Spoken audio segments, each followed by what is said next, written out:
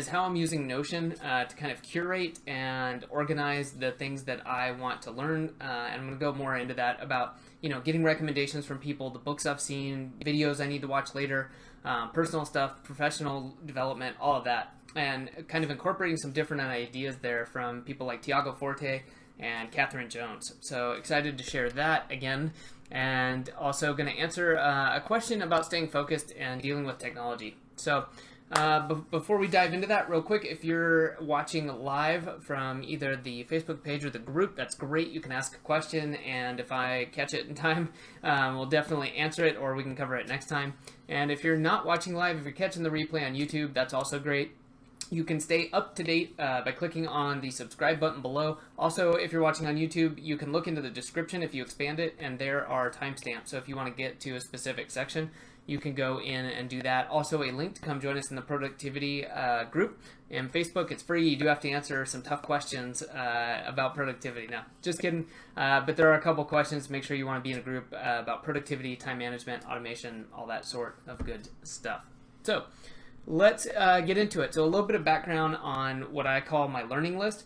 It started out as a list I kept in Todoist, and this was just basically a book list and of books I wanted to go through. And then I realized, oh, well, from time to time there's other stuff. Somebody recommends a YouTube video or documentary that I want to watch, but I don't have time to do it right now.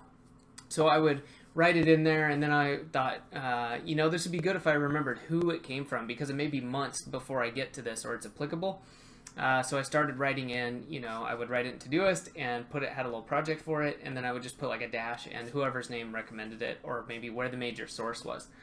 And that works pretty well, but as I'm starting to transition a lot of things into Notion, I realized, there's other things that are important to me, and this kind of has to do with the focus finder too. If you've never seen that before, I use that to organize projects and, along terms of like, what's the short-term ROI, long-term ROI, and my personal excitement, and then to spit out a number based on that, so I can quickly kind of organize projects when you're unsure of what to be working on. This is kind of the same idea, but what I do is rank it a little bit differently, and I'm going to share my screen here in a minute and show that. And then there's two concepts that go into this. One is making it simple, doing as little as possible up front, along the lines of Tiago Forte's idea of progressive summarization. Which you can do a quick search for that and find out more about that if you want. But the general idea just being, hey, don't invest all this time up front into, spending 30 minutes on writing down why this recommendation is important and categorizing it and doing all that. You want to get it there as quickly as possible. But then later on, maybe if you come back to it, then you need to add to it, right? Like your notes, if it's a book. Maybe just a quick blurb on, quick summary if it's a video, something like that. So that then if you ever come back again and need to reference it, you can very quickly remember, okay, this is the gist, this was the really important parts. And then over time, you're just adding to it. He has some great ideas on how to do this in different ways, but that's the basic idea. And then I really liked this idea of keeping track of this stuff long term.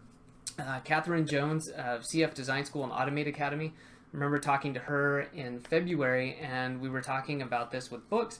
And what she'll actually do with physical books is write on the inside cover a one sentence or a very short summary of like what was the main thing she took away from that book. I really like that. I just realized, I don't do most of my reading or learning in a book. And so it's like, I still read a ton of physical books, but there's videos, there's articles I collect, there's Kindle books, stuff like that. So I needed something a little bit more digital oriented. So let's switch over to that and go through that. So it's here in Notion, and just going to stick with this and go through it. And we've got over here a name column. Oh, and this is just a table, a full table that you can make it occupy an entire page if you want to. And that's what I've done here. Learning list, nice little hat. And then the name, whatever it is, if it's a book, of course, I'll do that. I'll include the link. I include who it's referred by. And then this believability of referrer is something I took away from reading Principles by Ray Dalio, which is probably one of my favorite books this year. Just saying, on this topic, how believable do I find this person? Because you want to be, of course, paying attention to people who are highly believable. I don't want to be listening or finding out about how to make YouTube videos from someone who's never made a YouTube video before, for example. And so ranking it a little bit this way, generally I would think that most believability is going to be high, but this just gets you to focus on, oh, that's right, I'm glad I got this recommendation, but how much do I believe that this person is an expert on that subject? All right, and then over here we have notes. I do this myself just as a very quick rough and ready, so I could either sort it or just look and say, okay, right, a topic, habits, clearly that's productivity. If I can't tell immediately from the title. And then I rank it from 1 to 10, 1 being low, 10 being high, on what's my enthusiasm. I find that that's really important to me because it doesn't, unless it's very brief or a very short book, if I'm not excited about it, I'm probably not going to finish it. And I think that that's important to have. And that could change over time. So this is definitely the most variable column. But maybe if I want to look for a video to watch or I've got some time, I would sort it by this so that I pick something I know I'm definitely interested in. And then, of course, we have over here, is it completed? So I can keep track of things that are done. And then any files. Maybe it's a PDF, or if I need to upload some notes or anything like that, I can do that there. And over time, I'm sure I'm going to add to this. I'd like to have kind of a centralized repository, too, of maybe any notes or video summaries, things like that I do. The really cool part with this, with Notion, is that you can filter and sort. So for example, I've got it sorted by believability in descending order, meaning that the most believable gets moved to the top. And then my enthusiasm, same thing. So that's why you're seeing really high believability and enthusiasm up here. Then as we scroll down, you can see it dropping down a little bit. And of course, you can only have it sorted completely by 1. That's why you're seeing this a little out of order, because the last thing I did was the believability. Anyways, there's a lot in here I need to still categorize. I just started moving it over and then adding to it, and it's definitely a work in progress. But wanted to share that. I think that this is a really handy way.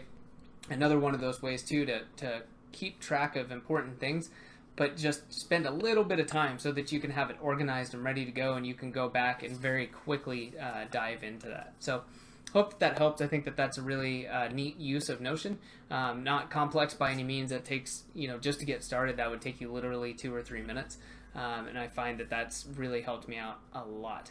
So if you ever have any questions about how I set that up or how I use it, please let me know. Thanks for watching. You can stay up to date by subscribing right there. If you'd like to come join our free Facebook group about process, automation, productivity, all that good stuff, you can do that right there. Just answer the few quick questions and you'll be in.